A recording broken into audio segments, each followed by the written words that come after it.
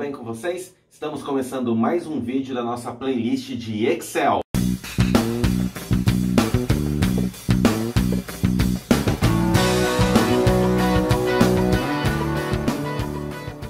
Começamos entendendo Excel, abrindo Excel e estamos avançando, né? Já sabemos algumas funções, né? Já sabemos funções soma, média, máximo, mínimo, né? Já sabemos a função hoje, né? Que dá o dia de hoje.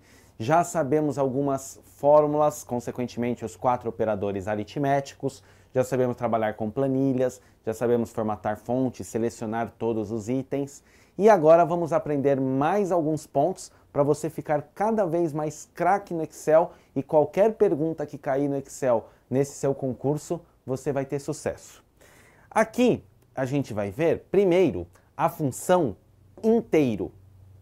Quando a gente trabalha com números, com numerais, nós temos os números inteiros e os números reais. Lembram disso? Né? Não pertencem aos números reais, né? Enfim, os números inteiros são aqueles números que não têm decimal, ou seja, 1, 2, 3, 4, diferente do número real, que pode ser 0,1, 0,2, 1,4, 1,55, 1,56. Essa é a diferença entre número inteiro e número real. Se a gente pensar no dia a dia, por exemplo, número inteiro, você vai precisar, de repente, digamos que você está fazendo uma média, das idades dos seus funcionários, porque, sei lá, a idade que der a média, então, por exemplo, a média dos seus funcionários é 25 anos. Então, os funcionários com 25 anos ganharão um prêmio. Sei lá, estou dando um exemplo que surgiu na minha cabeça agora. Quando eu trabalho com idade, eu trabalho só com o número inteiro, certo? Alguma vez você foi fazer um cadastro e você colocou lá que você tem 18,4 anos? 42,3 anos? Nunca! Não importa se amanhã você vai fazer 45 anos, você vai colocar lá o quê? Tem 44. Não importa que foi hoje que você fez 44, você não vai por 43, você vai por 44. Então, idade é um exemplo claro que a gente trabalha com números inteiros. Tá certo? Tudo bem? Legal? Legal. Em cima disso, nós temos uma função no Excel, que é a função int, tá? Que ela vai dar para nós um número inteiro. Para isso, basta eu colocar igual, int, entre parênteses, a célula que eu quero pegar o número inteiro. A gente vai ver um exemplo daqui a pouquinho. Aí, o próximo item que nós temos, reparem que tem tudo a ver com os números decimais, porque se eu estou trabalhando com o número inteiro, não tem como eu trabalhar com decimais, eu estou trabalhando com inteiro. Agora, quando eu trabalho com número decimais, eu posso criar arredondamentos.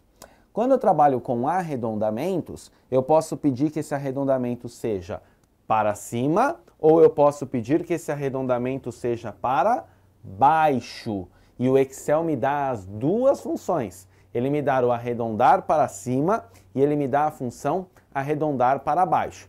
Então você está fazendo um controle de notas de aluno, essa eu adoro. Você está fazendo um controle de notas de alunos.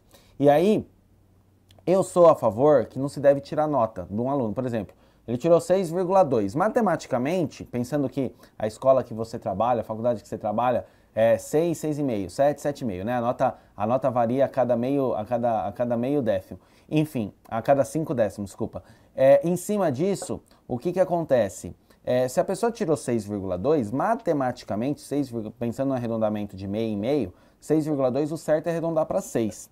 Se bem que se você pensar corretamente, o certo é fazer um arredondamento para cima, porque eu não posso tirar 2 décimos desse aluno, né? Porque aí, até passando um pouco do limite, mas se a escola me dá as notas de meio e meio, eu tenho que criar uma avaliação que eu dê nota para o aluno só de meio e meio.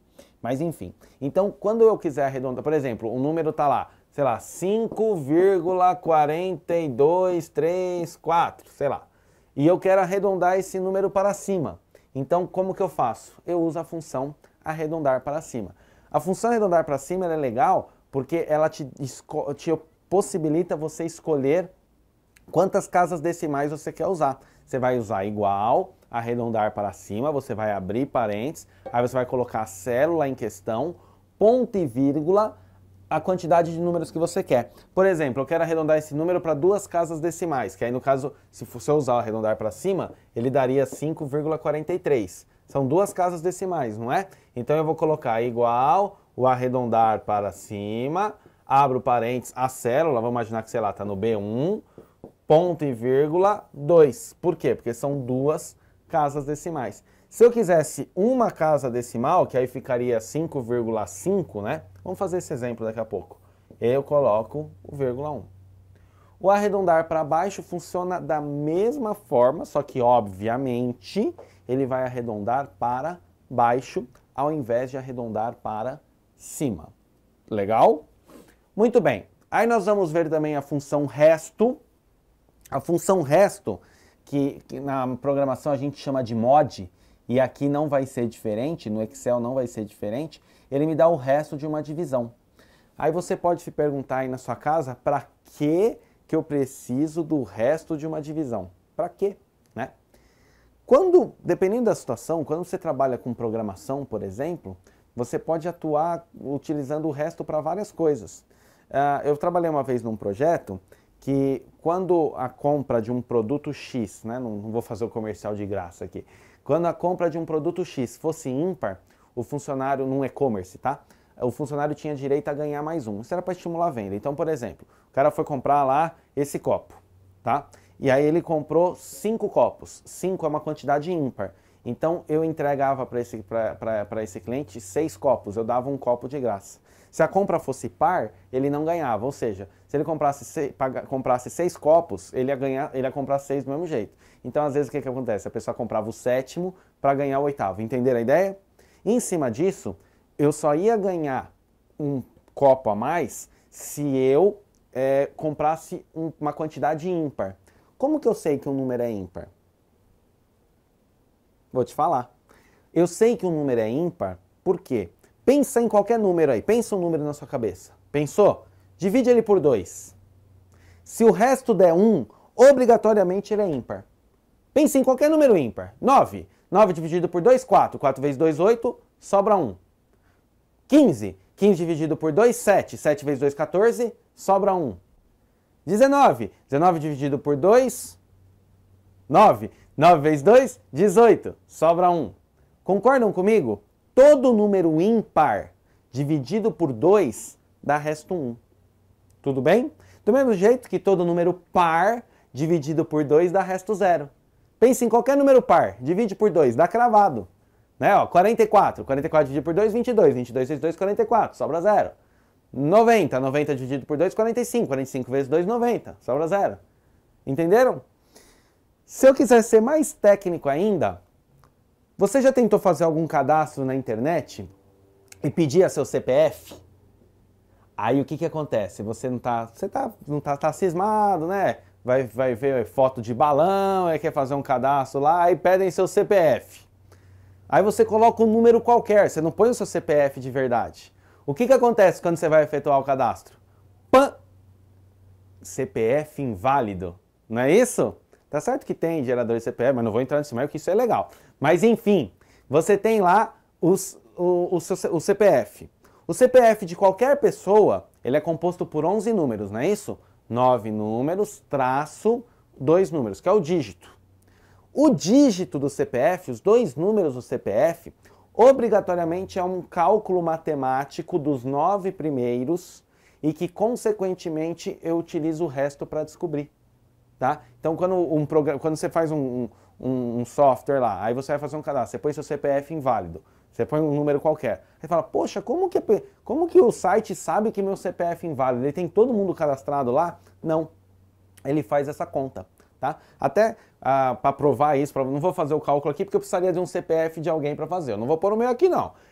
Em cima disso, como que o CPF, a outra validação que ele tem, o 9º número, o último número antes do traço, ele segue conforme os estados. Por exemplo, se você é de São Paulo, obrigatoriamente o 9º número é 8.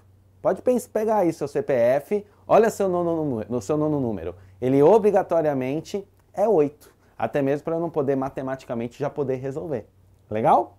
E para terminarmos aqui a nossa explanação inicial, que como eu digo para vocês, eu sempre faço a metodologia ED. Lembram disso? Eu falei já sobre isso. Eu faço explanação, eu explano porque é importante você aprender e em seguida eu demonstro para você realmente aprender. O valor absoluto, ele vai mostrar para mim um número sempre positivo, tá? Por exemplo, deu um número negativo, dá menos 40. Se eu uso a função ABS, que é a função referente a absoluto, ele vai me dar 40. Ou seja, quando eu trabalho com valor absoluto, sempre o meu resultado obrigatoriamente vai ser um número positivo. Legal? Vamos ver? Então vou abrir aqui o meu Excel.